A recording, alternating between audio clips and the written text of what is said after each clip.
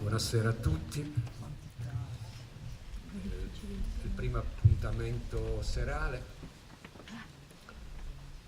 è un appuntamento con Francesca Matteoni e con la sua produzione poetica, in particolare con l'ultimo libro di poesia Acqua Buia. Alla presentazione alla conferenza stampa Roberto diceva che una delle caratteristiche del nostro festival è che si crea un rapporto con gli autori che spesso ritornano. Con Francesca quest'anno ci siamo visti spesso, perché tra l'altro abbiamo collaborato con lei in un'attività molto importante che è stato un laboratorio realizzato nelle case famiglia dell'Oristanese in inverno nel mese di marzo, di cui parleremo domenica pomeriggio. Sì. È stata un'esperienza molto importante e in quell'occasione anche Francesca ha presentato in biblioteca il suo romanzo Tutti gli altri.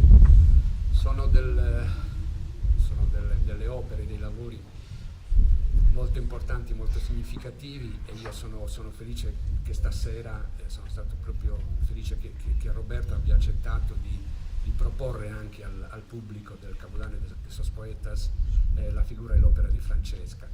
A introdurla e a presentarla è una nostra amica, Azzurra D'Agostino, che è stata presente al festival appunto a proporre la sua opera, che appunto ha collaborato con Francesca ugualmente nella realizzazione del laboratorio, ed è stato il nostro referente, il nostro punto d'appoggio l'anno scorso nella direzione artistica. Io do a voi la parola e buona serata a tutti.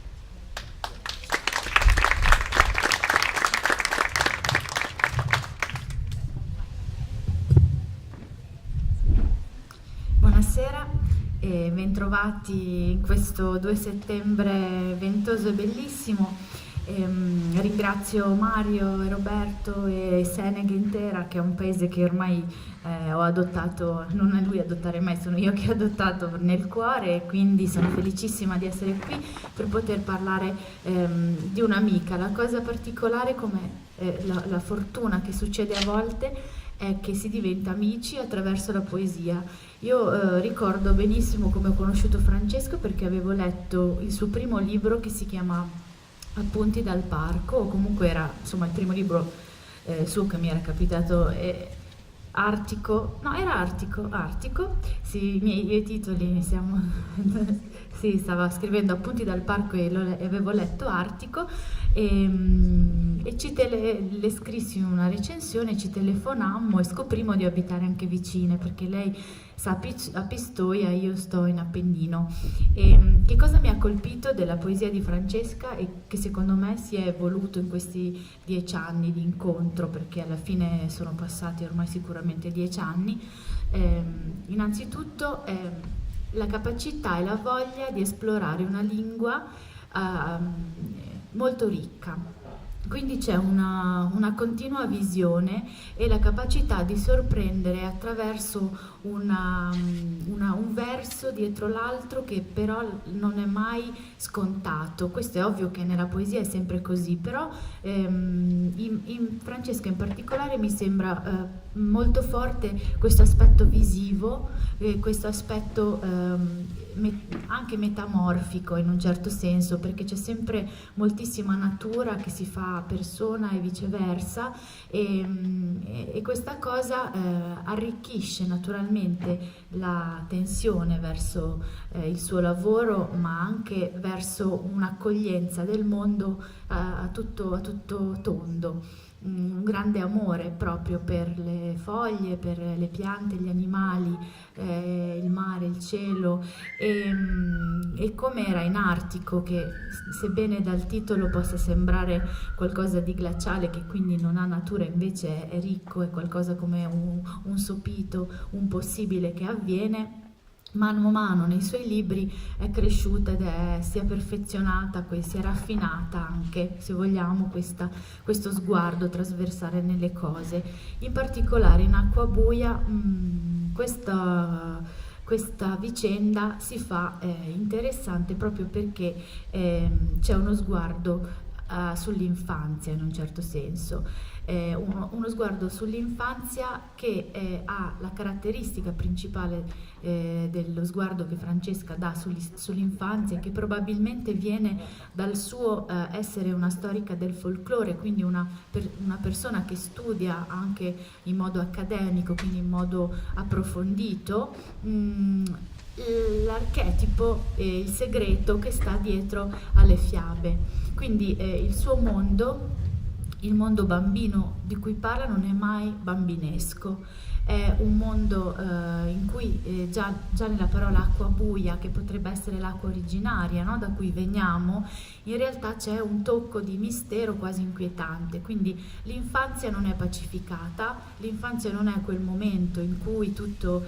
è semplice, ridente, ma iniziano i primi contatti proprio con il proprio sé più misterioso, profondo e difficile, e questo avviene nella poesia anche attraverso questo sguardo sulla fiaba, e attraverso la fiaba e attraverso la metamorfosi, perché moltissimo incontriamo animali e piante che hanno a che vedere con gli esseri umani in un modo molto particolare, diverso, quasi di trasformazione. E inoltre, per fare poi piano piano questi punti li toccheremo con delle poesie, leggendo con delle piccole domande per approfondire la questione. Questo buio che sta nel titolo di Acqua buia riguarda anche forse un fatto storico, perché l'infanzia che ci riguarda alla fine è l'infanzia vissuta negli anni ’80, periodo buio per eccellenza, sia per la guerra fredda nel mondo che per le stragi in Italia, quindi un'infanzia che intorno a sé, anche se non capisce esattamente che cosa succede, vede succedere delle cose misteriose, e la scelta che Francesca fa, secondo me molto toccante e interessante, è che il primo incontro che si ha è quello con Alfredino, il bambino caduto nel pozzo, che noi tutte bambine allora ricordiamo come il fratellino, noi stesso, che affronta la paura più grande, cioè quella di cadere e non raggiungere più i propri genitori, e che è diventato il nuovo modo di fare comunicazione. È stato il primo momento in Italia dove il giornalismo si è trasformato in voyeurismo di massa, in una modalità di occuparsi mentre nell'Italia scoppiavano le bombe, tutti stavano sul fiato sospeso per questa vicenda di fatto personale, ma che forse raccontava in maniera simbolica qualcosa che riguardava tutti in un modo molto toccante e particolare. Quindi questi sono i punti che vorrei toccare con te, Francesca. La prima cosa che ti chiedo e che riguarda, diciamo, per dare subito un'idea, un taglio a quello che ho detto sulla vicenda del bambino non bambinesco, e quindi della fiaba come non il momento semplicemente della distrazione per raccontarci una storia, ma il modo di affrontare le paure e gestirle, perché le fiabe più forti hanno un grande senso di minaccioso dentro. Ti chiedo di dirci brevemente che cosa, per esempio, tu diresti su Peter Pan, che è una favola che conosciamo tutti, molto spesso mediata dalla versione disneyana, quindi insomma questo fanciullino che dà anche la sindrome dell'adultiscente che non vuole crescere. In realtà Francesca anche nel libro lo tratta, ma anche in un saggio che vorrà scrivere lo vive e ce lo racconta in un modo molto più sorprendente. Almeno a me ha sorpreso quando l'ho sentita raccontare. Quindi tu che cosa diresti di Peter Pan? Intanto grazie a tutti, grazie a Seneghe, grazie ad Azzurra. Peter Pan, va bene, iniziamo così. Io al collo, anche se non lo vedete, ho il bacio di Peter Pan. Cosa succede? Che Peter Pan, quando arriva a Londra e entra nella stanza dei Darling, conosce Wendy. Wendy, come tutte le bambine, come anch'io quando avevo 5 anni, il mio primo incontro con Peter Pan, come penso quasi per tutti, è stato al cinema vedendo il cartone animato. Poi dopo è nata l'ossessione, quindi quasi una malattia nel mio caso. Wendy si innamora di lui e vorrebbe dargli un bacio, ma lui che ne sa di che cosa sono i baci, che ne sa Peter Pan di che cosa è l'amore. Peter Pan non cresce, quindi non ama, e porge la mano a questa bambina in difficoltà e gli dà un ditale, e lui in cambio dà anche lui il suo bacio, che è una ghianda. E questo episodio mi ha sempre colpito molto, perché io sono nipote di una sarta e l'oggetto che mi colpiva di più era il ditale, perché per me era un oggetto bello, no? Una cosa che si indossa, che è anche un po' lucente. E Peter Pan è un po' una storia, come tanti libri per l'infanzia, del fraintendimento, no? Si pensa che sia un libro per bambini, e invece è un libro di bambini che a volte non riescono a crescere. A volte, anzi molto spesso, nelle fiabe i bambini che noi incontriamo sono bambini morti, sono bambini che non ci sono più, però in qualche modo restano, no? A livello folclorico, quindi andando un po' più lontano dal personale, c'è quest'idea che la vita, se si esaurisce troppo presto, ovviamente secondo la nostra idea di lunghezza della vita, perché la natura ha una sua idea che non è la nostra, che va per conto suo, e questo è quello che dobbiamo imparare ad accettare mentre viviamo. Però ecco, se tu muori prima del tuo tempo, il tuo spirito da qualche parte resterà quasi intrappolato, pieno di sete, a volte pieno di rabbia, pieno di cose inespresse, pieno, per dirla in maniera più semplice, di un linguaggio che non si è sviluppato. Tu non sei cresciuto abbastanza da sapere come si sta nel mondo. E Peter Pan guida i bambini morti. Fa proprio questo, viene raccontato nel libro. Qualche volta lui con una luce si impietosisce, sebbene sia un bambino crudele, totalmente crudele, e guida i bambini morti a casa loro. Una cosa che a volte io do per scontato, però chi magari non conosce tutta la vicenda ignora, è che Peter Pan non nasce come un libro, nasce come una commedia teatrale, con un linguaggio molto più freddo, diretto e pungente. E quando Wendy gli chiede ma cosa succede ai bambini che crescono sull'isola che non c'è, lui la guarda e li faccia fuori, punto. Quindi ecco, questo è Peter Pan. C'è un po' questo mito, no? Del voler restare bambino per sempre, anche, almeno per come la vedo io, che ho questo, non so, che tendo a sentirmi piuttosto al pari dei figli più che delle madri o dei padri, di sapere come deve essere il bambino. Il bambino oggi ha un mondo tutto perfetto, colorato, pieno di cose, un mondo sicuro, bruttissima parola, dove in realtà non è per niente libero, non è libero di diventare se stesso. E il bambino è buono. No, il bambino, io ho questa battaglia personale, i bambini non sono buoni. I bambini sono i bambini, punto. Sono individui come gli altri, con il loro mondo, con forse una maggior dose di stupore, perché sono nuovi. Ecco, i bambini sono nuovi e anche antichi, perché si ripetono da tanto tempo. E Peter Pan è questo, è un gioco con il tempo. Lui non cresce, è la vicenda del ragazzo tragico. Non cresce perché è un bambino morto, non cresce perché non vuole amare, non vuole prendersi delle responsabilità, non vuole ricordare. Peter Pan è immemore, non si ricorda mai niente, si scorda tutti, si scorda persino l'amatissima Campanellino. Per chi è rimasto colpito, no? Ora c'è questo merchandising intorno a Campanellino della Disney, ce la ripropinano in tutte le salse. Beh, lui si scorda che lei a un certo punto muore per davvero nel libro Trilli, perché le fate durano poco. E per lui il tempo è un coccodrillo, un mostro, una creatura antica a cui ogni tanto appoggiare l'orecchio per sentire il ticchettio, però di fondo è sconosciuto, no? È quasi un gioco. E quando si torna a confrontarsi con questa figura, almeno per me, è un po' confrontarsi con, da una parte, chi sono io? Avrei voluto che la mia infanzia durasse per sempre, e non perché era bella. La mia infanzia, come le infanzie di penso quasi tutti, ha avuto i suoi traumi, i suoi lutti, i suoi problemi. Poi ognuno ha la sua sensibilità, la sua empatia, chi di più, chi di meno, però avrei voluto che fosse questo prato sterminato, e invece no.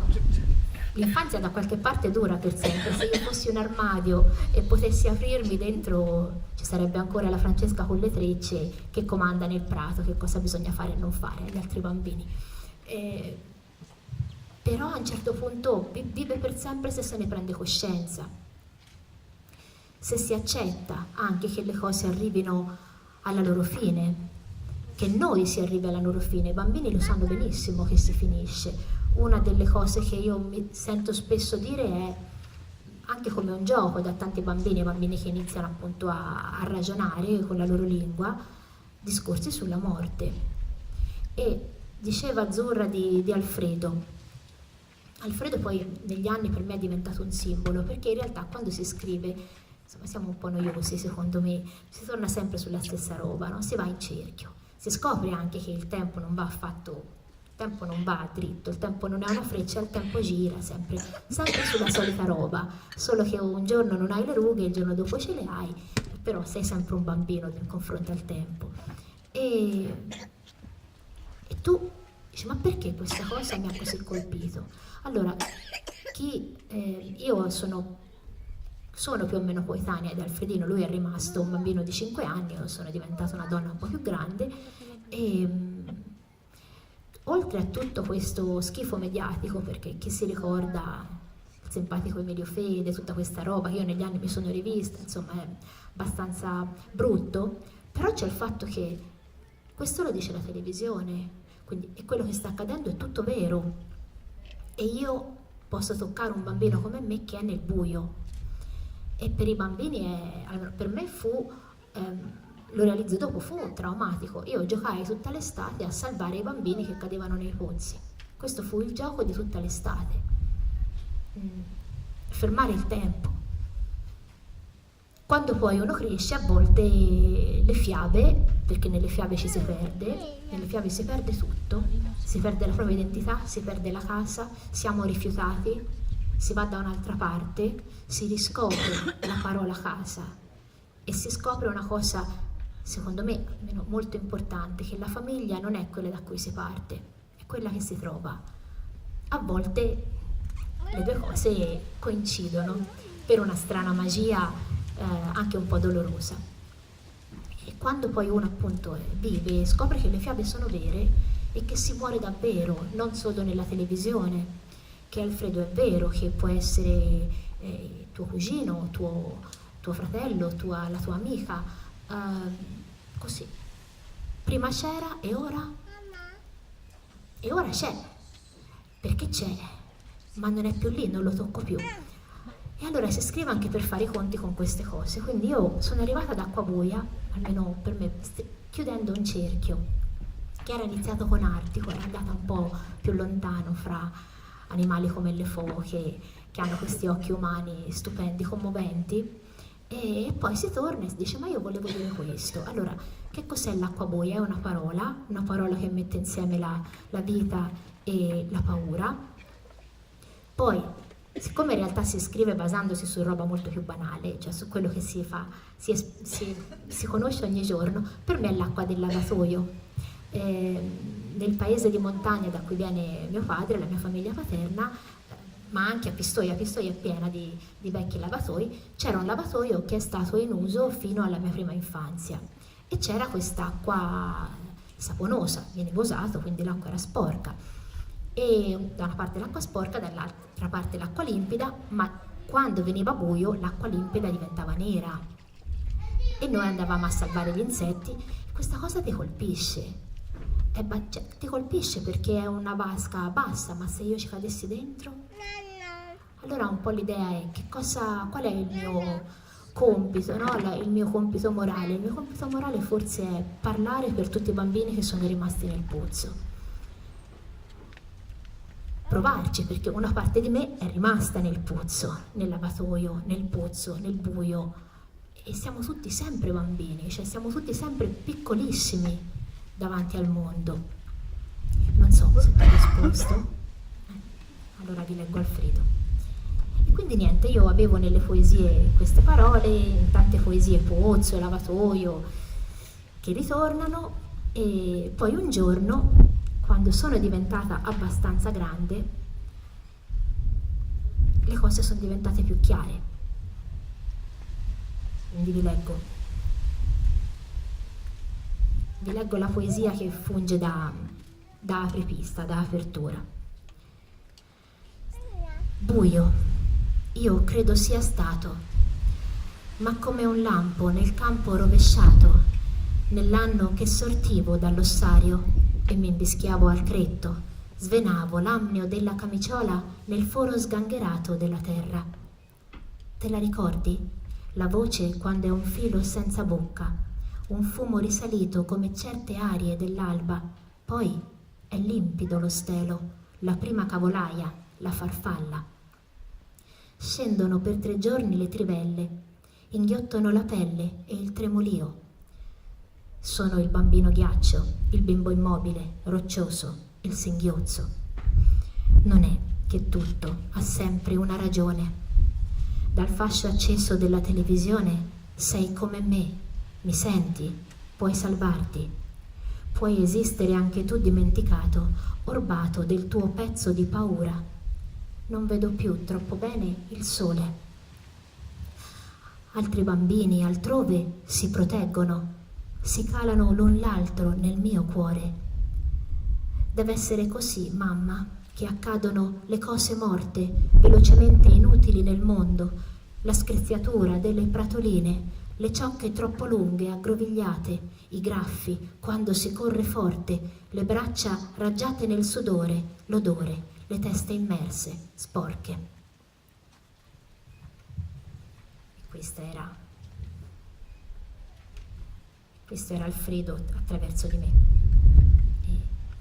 Sì, allora si diceva di Peter Pan, non so, dimmi se vado a richiesta.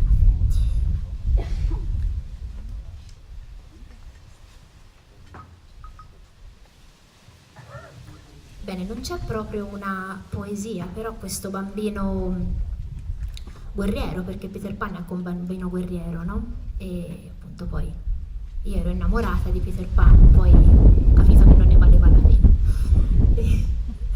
Va bene, c'è un poemetto che si chiama Il sentiero di sassi e di spine, che fa un po' in realtà riprende un'altra fiaba, la prima fiaba che io ho raccontato da piccola, che è Cappuccetto Rosso. Tra le prime parole che io ho detto c'è a un certo punto Cappuccetto Rotto, che avevo 3 anni e raccontavo questa storia, e questa era la prima frase che dicevo, l'altra era un mamma che ho fatto, perché di solito rompevo sempre tutto. E Cappuccetto Rosso in una versione più antica, o comunque io dico Cappuccetto Rosso ma magari è una parente di Cappuccetto Rosso, deve percorrere il sentiero degli aghi o degli spilli, è il lupo che glielo propone. E se pensate poi al colore rosso, ora tutto questo simbolismo ce l'abbiamo anche messo un po' noi, le storie si raccontano per affrontare la paura e basta, e questa è una bambina che deve arrivare dall'altra parte. Però gli aghi, gli spilli, che poi erano dei simboli in questo caso, perché lo spillo era un simbolo per la prostituzione, non a caso Cappuccetto Rosso prende il sentiero degli spilli, e gli aghi pare dalla ricostruzione invece il simbolo della stregoneria, e il lupo, pensate all'accusa di licantropia, prende quella. E io invece l'ho trasformato in una cosa più vicina a me, che comunque ferisce, i sassi e le spine. Però ci servono i sassi e le spine, ci servono anche per ancorarci a noi stessi. A un certo punto in questo poemetto, che non vi leggo perché è davvero molto lungo, parlo di questi bambini peterpaneschi. I bambini vanno in guerra per le stelle occidentali, affilano sugli alberi i coltelli, si vestono di gatto e toporagno, si muta la peluria nel piumaggio, si tatuano con gli aghi sulle spalle, si legano fogliame nei capelli, hanno gli occhi durissimi del sale, slacciano il loro tempo fiume sulle terapie future, ti accolgono come squamati fuori dalla pancia, il loro ritmo sudicio di lame. E altre, questa visione un po', non so, forse un po' cupa. Bene, ve ne leggo due.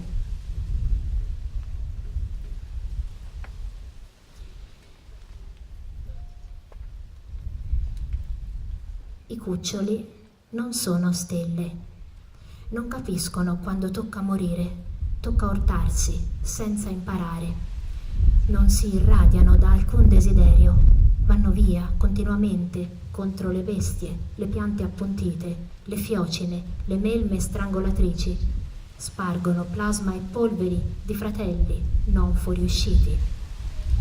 Hanno inutili occhi socchiusi, ossa fredde, paccottiglia di madri sul dorso. E questa. Dentro i bambini si svuotano i mostri. Prima del fischio, la muta in penne d'averla o di cuculo. Dentro. I bambini si infilzano nello spineto. Ogni mostro fa un uovo sanguigno, lo scava nel buco, perché sia nido il rostro, sia nido il pozzo dritto, il polso rotto, come fa fango ora sopra il cielo. Per fare parte lenta, legnosa al mondo, devi marcirti al fondo. Il libro inoltre ha la particolarità di avere una doppia voce in un certo senso. Ci sono delle parti in corsivo che sono quasi una prima persona nascosta, non so, sono quasi più prosa o piccoli racconti, piccoli momenti di confessione. Che dialogo è questo che hai messo dentro?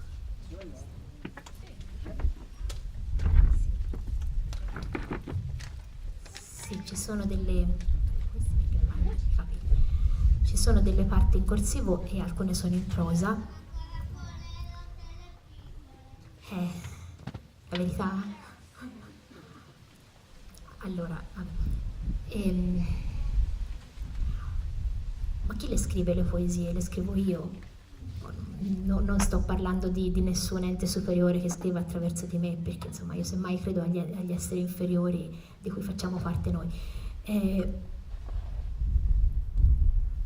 Però qualche volta si scrive perché non si vuole essere sbranati. E così, no? È un modo di salvarci dal male o di tutelare noi stessi o di portare tutti dall'altra parte, portare tutti fuori dal pozzo, portare tutti sull'altra riva. E a volte ci sono delle cose che a livello personale fa male dire e allora si dicono, si cambia, si usa il corsivo e magari in quei momenti lì le cose si dicono sottovoce. La persona che parla è chi scrive, ma è anche qualcun altro, anche perché poi quando io ho scritto i testi non sono più così sicura di essere, se c'è io come parola, io non sono poi così sicura che quell'io mi corrisponda, magari corrisponde a chi legge. Allora ora pensavo quando l'Azzurra parlava del corsivo e del fatto che sembra che ci sia un'altra persona, mi è venuto in mente questa qui è una prosa non molto lunga e quindi ve la leggo ci sono varie sezioni, vari poemetti. Il poemetto più lungo all'interno del libro si chiama Il portatore d'acqua e anche qui motivo molto pratico, molto reale. Il portatore d'acqua era il ragazzino, dalle mie parti si chiamava, non io perché io non ero ancora nata, si chiamava il bottaio, che a coloro che lavoravano nella cava di pietra dell'Appennino portava l'acqua. Però è anche il vento, l'acqua ce la porta il vento e chi porta l'acqua porta il futuro, porta la speranza. A un certo punto c'è questa parte in prosa e c'è questo fiume e tra l'altro è nata da una camminata su un fiume non mio, perché è il Bisenzio, che è il fiume di Prato, e non è mio, io ho soltanto torrenti, ho l'Alimentra, anche se qualcuno dice che si dice il Limentra, però a Pistoia si dice l'Alimentra, e l'Abure e l'Ombrone sono i nostri fiumiciattoli. Fiume quasi fermo come il sangue, fiume fantasma che annega il mondo verticale nel suo muoversi opaco dentro la pianura. Fiume, andando verso casa dal vagone, dalla scarpata della ferrovia, incrocio la tua distesa, sembra solida nel vetro, una quiete sepolta nel passato che a tratti chiama, a tratti lascia uscire una figura. Un cerchio dalla pioggia, una ruota di bicicletta senza raggi, come una giostra dove precipitare. Un anelito alla pulizia mentale che sta in alto dove nasci e non sei ancora cosa umana. Come posso io filtrare la tua acqua sulle braccia se sei materia di quello che ho cercato di gettare? Sei un morbo e un tempo di salute che viene proseguendo con fatica nel liquame, come un pesce che si ostina al suo diritto alla primogenitura, al luogo originale. C'erano, dove il flusso si restringe in un canale nel cemento bianco, 2 persone. Lei quasi una donna, lui quasi un uomo, che camminavano sul bordo scansando le siringhe, la stagnola delle sigarette, i tappi dentellati di bottiglia. Non so di che parlavano, se parlavano, ma erano limpide le parole nella sporcizia sopra la tua schiena.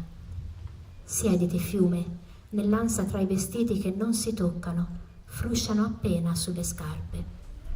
Così noi ricordiamo, quando è voce anche un attimo senza importanza, di silenzio. La persona che era quasi una donna mise l'ombra dell'altro in una borsa che teneva sul fianco. Ogni volta che vi immergeva il braccio, l'ombra le portava l'acqua separata del suo esistere, distante e tuttavia compreso. C'è una cosa, mentre leggevo mi è venuto in mente questo. Un poeta inglese, un poeta romantico, Percy Bysshe Shelley, che io volevo sposare quando avevo 13 anni, e peccato fosse morto tipo 2 secoli prima della mia nascita. E gli morì un figlioletto che si chiamava William e morì di malattia, morì in Italia, e come tutti i padri, insomma, questa è una roba che non si può narrare, e lui scrisse questa poesia su William, sul bambino, e quello che un po' diceva, facendo il sunto, è come se io ora ti portassi sulle mie spalle, no? Come se io vivessi anche per te. È un po' così, quando qualcuno se ne va da un'altra parte è come se noi si vivesse anche per loro, e quindi è questo, si immerge la mano in una borsa dove la persona resta. Allora però, parlando di bambini, vi leggo la conclusione di questo poemetto, che è Bambino albero.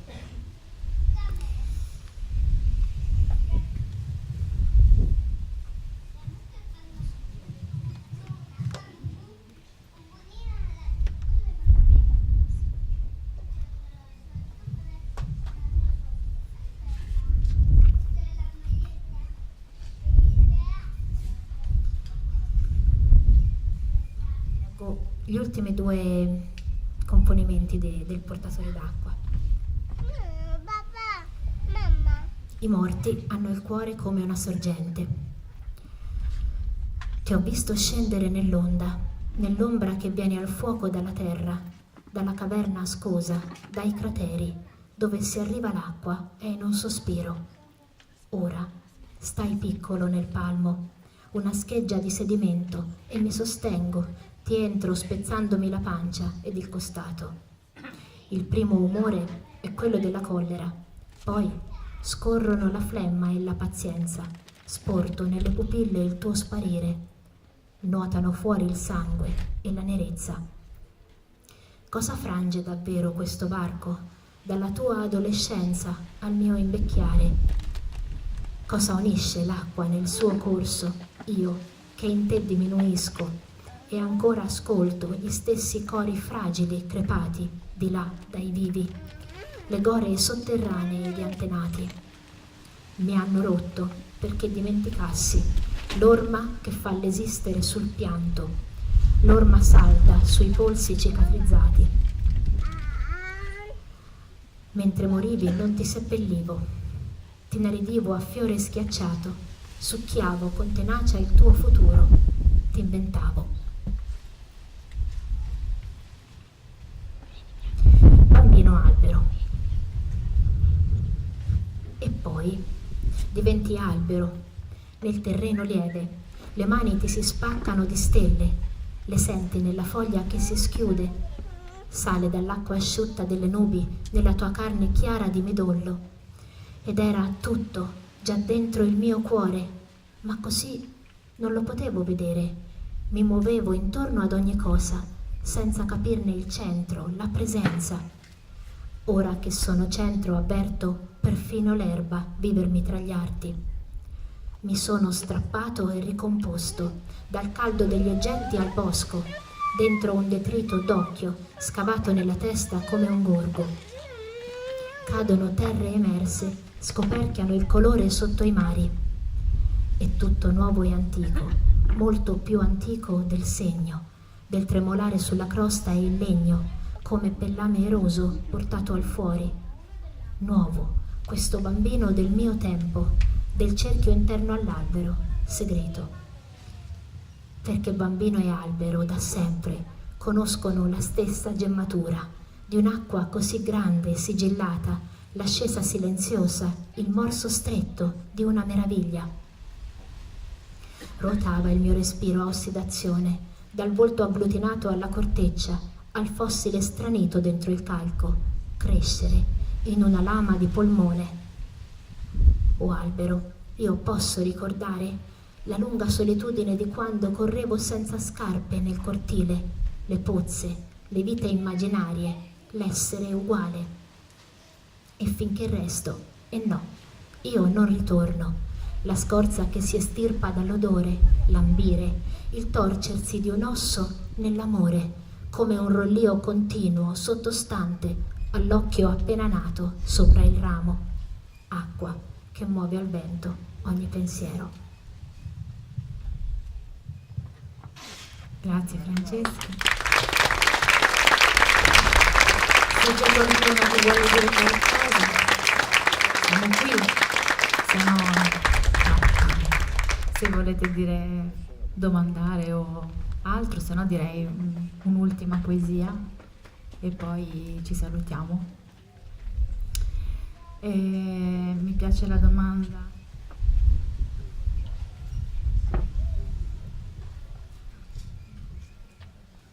Pagina 45.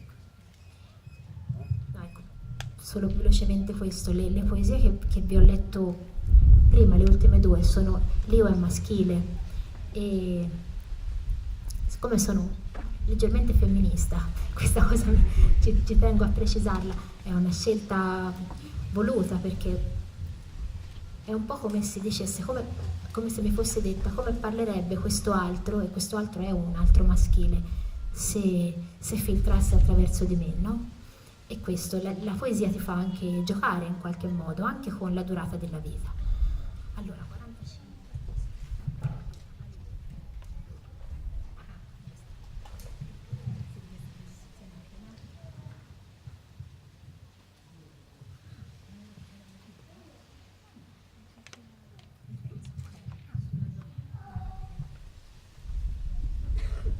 Sì, è sempre dal portatore d'acqua e bene, questo è il fiume quando arriva a valle, che è un fiume con cui io non ho grande sintonia, però ci ho provato, no? Dove sto io il fiume è ancora pulito e io sto in collina, e quando arriva a valle non è più così pulito, non per colpa sua ovviamente. E questo è il fiume che parla. Da dove vengo io? Dove mi interro? Tra i vostri corpi sento un grido che non avete ancora dimenticato. Da dove vengo? Dove straripo? Dove vi tengo con l'ansia del bene? Nelle vostre città di ponti e mura, e cielo vetroso che si affaccia sul mio limo bollente nell'arsura, nel tanfo ricoperto sotto il sole dagli animali rossi d'iniezione, e lento, io sempre troppo lento, mi incrosto, mi libero, discendo, intaglio, avvengo, in superficie risplendo, spurgo del mondo.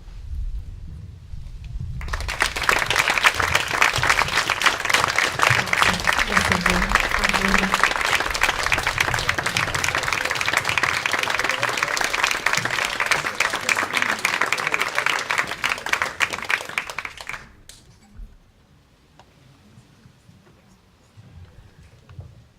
Ringrazio Azzurra e Francesca, che ritroveremo poi nella presentazione del libro Un ponte gettato sul mare, domenica, e vi invito tutti alle 18:30 in piazza, il prossimo appuntamento per questa lezione di storia, Processo alla Grande Guerra.